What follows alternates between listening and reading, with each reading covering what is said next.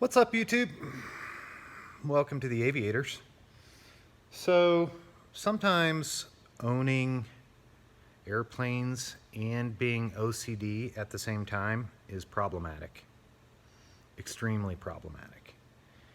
And it rears its ugly head when you get whistling noises around the canopy.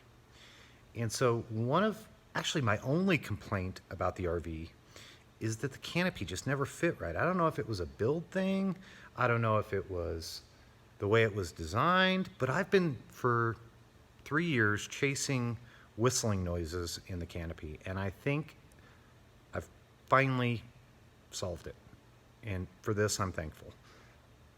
So I'm going to show you everything I've done to this canopy to try to eliminate the wind noises, and this final thing probably worked. So I'm like ecstatic. I'm going to show you how I did it, and if you have an RV or another airplane that has a whistling issue, I know Cessnas have them, along those side windows, they kind of whistle a little bit, but this one had it what I call bad and what other people couldn't even hear. So that's the scale that I'm talking. Let me first show you how the canopy works on the RV, and then I'm going to show you the things that I've done over the years to eliminate that excess, that wind noise that comes in. All right, so here we go.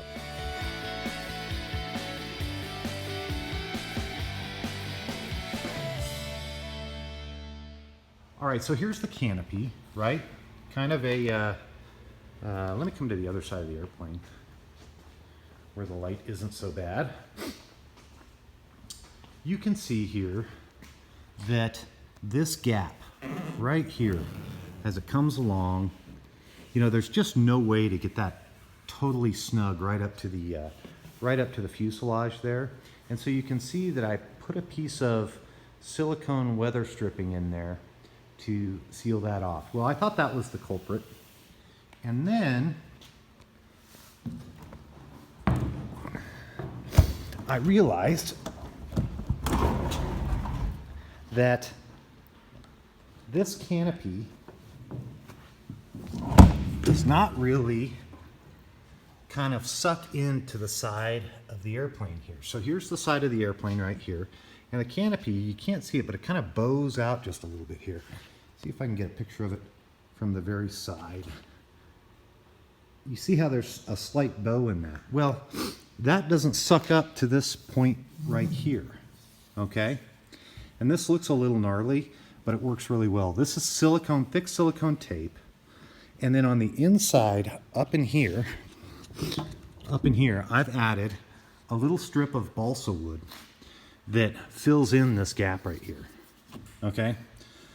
So that was the second thing I did, and that took me like ever. And then the third thing I did, as we walk around the airplane again,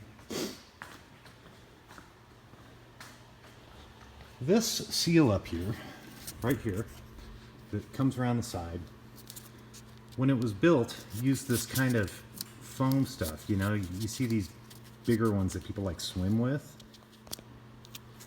They're just not good. I mean, they're kind of flimsy, and they just, they fall apart. And so a couple days ago, I found this D-channel, and it's a 3M product, about a 1/2 inch, and I was able to tuck that up and glue it in the whole radius of that canopy.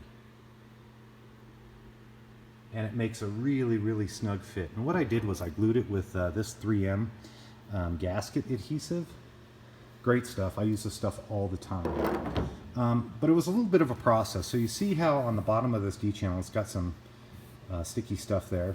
I actually trimmed these sides off. You can see that? I'm trying to get that right so you can see it.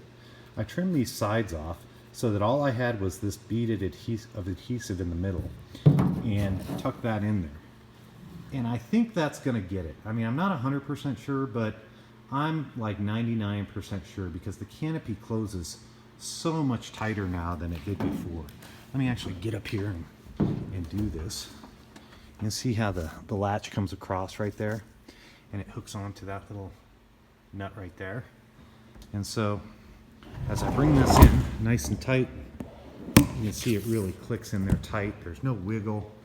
I'm hoping that kind of solves my wind whistling issue. Now I'm going to show you this from the inside. Okay, I'm inside the plane now, and you can see how that D channel makes a solid seal all the way around.